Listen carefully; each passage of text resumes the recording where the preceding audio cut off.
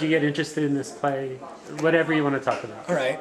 Well, my name is David Herrera, and Asher actually sent out emails when we got to Jerusalem in September to a couple of different theater groups, and Rafi was one of the only ones that responded, and he said, yeah, actually, we're having auditions, so why don't you come down and bring anybody else that might be interested in theater. So he and I hopped on a bus, and I believe it was the very next day, we're auditioning for Rafi, and then about a week and a half later, we got the call saying, we'd love to have you. Had you heard of this play before? No, I hadn't actually. But I do a lot of Shakespeare. Shakespeare is what I usually do when I'm in a show. So when I heard the complete works of William Shakespeare Abridged, I said, oh well, hey, I do Shakespeare, so this will be pretty good. This will be right up my alley. And then we came and auditioned, and you told me what it was like, and then I watched it on YouTube, and this is not what I thought it was going to be at all.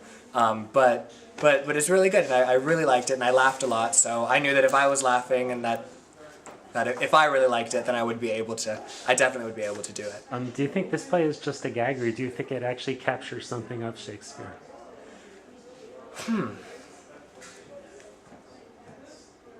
I think that the complete works of William Shakespeare Abridged makes Shakespeare accessible and relatable to people that are intimidated by Shakespeare, have never had any sort of experience with Shakespeare, whether reading or being in it. And I think that this show really just kind of breaks down those barriers and breaks down people's walls that they have when people hear the word Shakespeare, walls immediately go up. I have no idea what it's saying. Yes, it's English, but it's not English. And then coming to see this show, they realize, wait, it actually does make sense. It is relatable. I understand what's happening, for the most part. And people are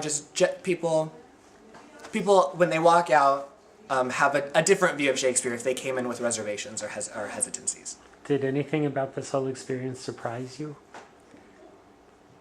I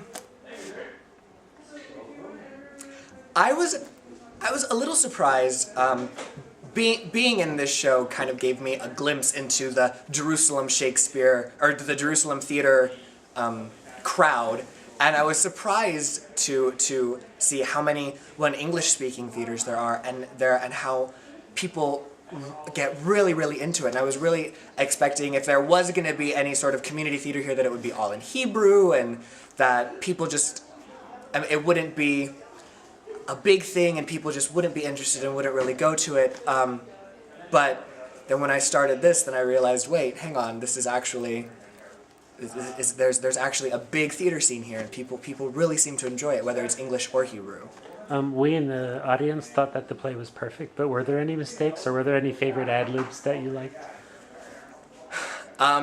Well, there are always some mistakes,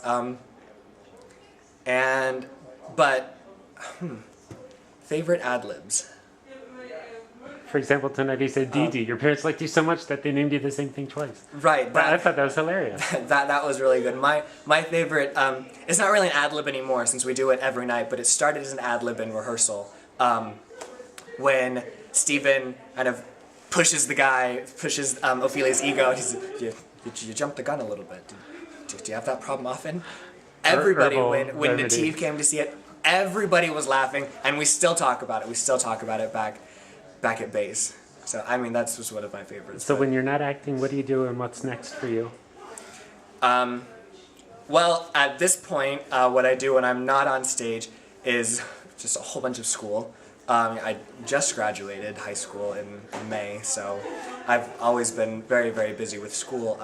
But next after this, I'm going to Rutgers in New Jersey, and I will be studying political science and hopefully be working with NATO or the State Department or Council of Foreign Relations, something like that. Okay, we'll look forward to hearing about you in the future. Thank you.